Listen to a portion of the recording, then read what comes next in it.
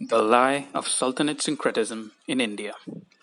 The Indian left wing ecosystem would have us all believe that the sultanates, be it the Delhi Sultanate, the Mughals, or the Deccan Sultanate, all blessed India with their food, traditions, and that most importantly, this was a period of cultural exchange. Everyone has read about the thousands of temples and cultural monuments destroyed by the various sultans, such as Somnath, Kashi Vishwanath, the Ram Mandir at Ayodhya, the Krishna Janmabhoomi Mandir at Mathura, and the 27 Jain temples where now stands the Qutub Minar, etc., etc. In each of these cases, the original structure was desecrated, destroyed, and in many cases replaced with another monument constructed along the lines of Turkic or Persian architectural styles as a sign of cultural superiority. Everyone, irrespective of their political leanings, agrees that this has happened. However, the conservative Marxist narrative of Indian history, propagated by intellectuals, journalists, comedians, etc., suffers from selective amnesia. The narrative is generally as follows. Oh, yes, the Mughals invaded India and killed many people, blah, blah, blah, blah, blah. However, we cannot judge them on the basis of the morals of today. That was just how the world was in those times, and that is how all conquerors behaved.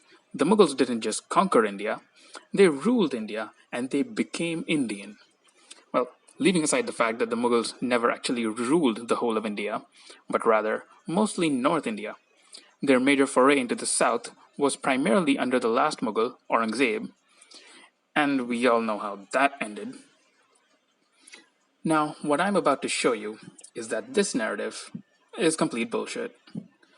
What the conservative leftist narrative of Indian history quite conveniently forgets is that the Sultans were not the first to invade India, not by a long shot. In order to fit their narrative of that's how the times were, the Indian history books refuse to write about the Greeks, the Parthians, the Scythians, and the greatest of all, the Kushans. Let's have a look at how all of these groups interacted with Indians and what influence they had on our culture. And who better to begin with than Alexander of Macedon? In case you've all forgotten, more than 1,000 years before the Mughals, Alexander attempted to conquer India, albeit quite unsuccessfully so. We've all read about the mighty Battle of Hydaspes and how Alexander and Raja Porus's forces relentlessly pounced on each other. Yet, this fighting and murder was limited to the battlefield.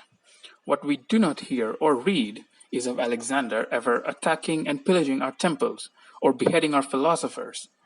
On the contrary, Alexander showed great respect towards the Indian sages he met in Takshashila and displayed genuine curiosity to learn from these sages.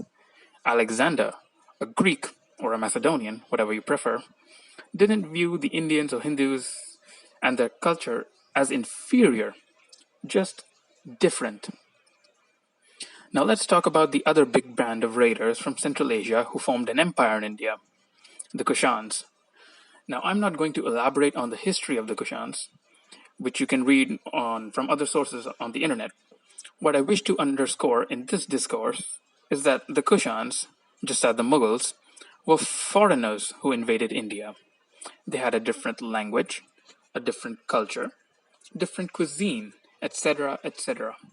Yet, the way they interacted with their conquered peoples in India could not be further apart. The Kushans became patrons of Indian or Hindu culture and Sanskrit literature. They adopted Indian culture as their own. They prayed to many of our gods. They respected and offered royal patronage to Indian philosophy, the most famous of which being Kanishka's patronage to Mahayana Buddhism. Images of Indian or Hindu deities were minted on Kushan coins. They even gave their newly established capital city a distinctly Indian or Hindu name, Purushpura, the city of citizens. This city is now in Pakistan and is known as Peshawar. What we see happening in the Kushan era is a vibrant two-way exchange of culture between India and Central Asia, with Indian Hindus, Indo-Greeks, Indo-Parthians, Indo-Scythians, and the Yuezhi interacting with each other in relative harmony.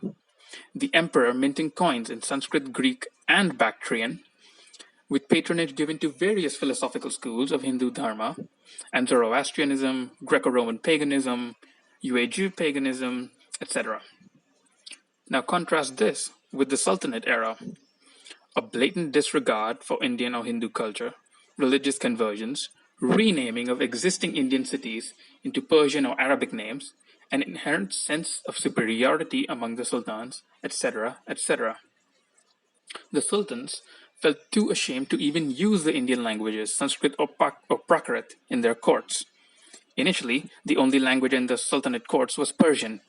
However, they soon realized that they wouldn't be able to rule without the help of the local populace, which, despite their best efforts, refused to convert. And yet, they were too proud and xenophobic to use a Kafir or Zimmi language. Thus, a solution was created. The Prakrit language of Hindi or Hindustani was taken, its very script changed into Nastaliq, the Persian script, and its vocabulary filled with words from Persian and Arabic. Whereas the reverse never happened. There was never an attempt to write Persian in the Devanagari script or a flow of vocabulary from Sanskrit to Persian during these times.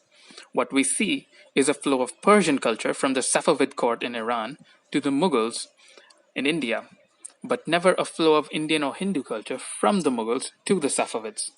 This is not cultural exchange, but rather cultural imposition. And what have our Marxist historians done?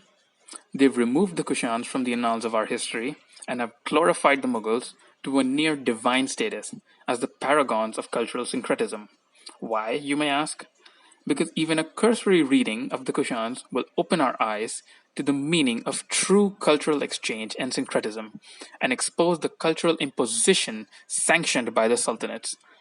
The Mughals never became Indian, the Kushans did, and Kanishka will forever remain the greatest foreign born Indian emperor.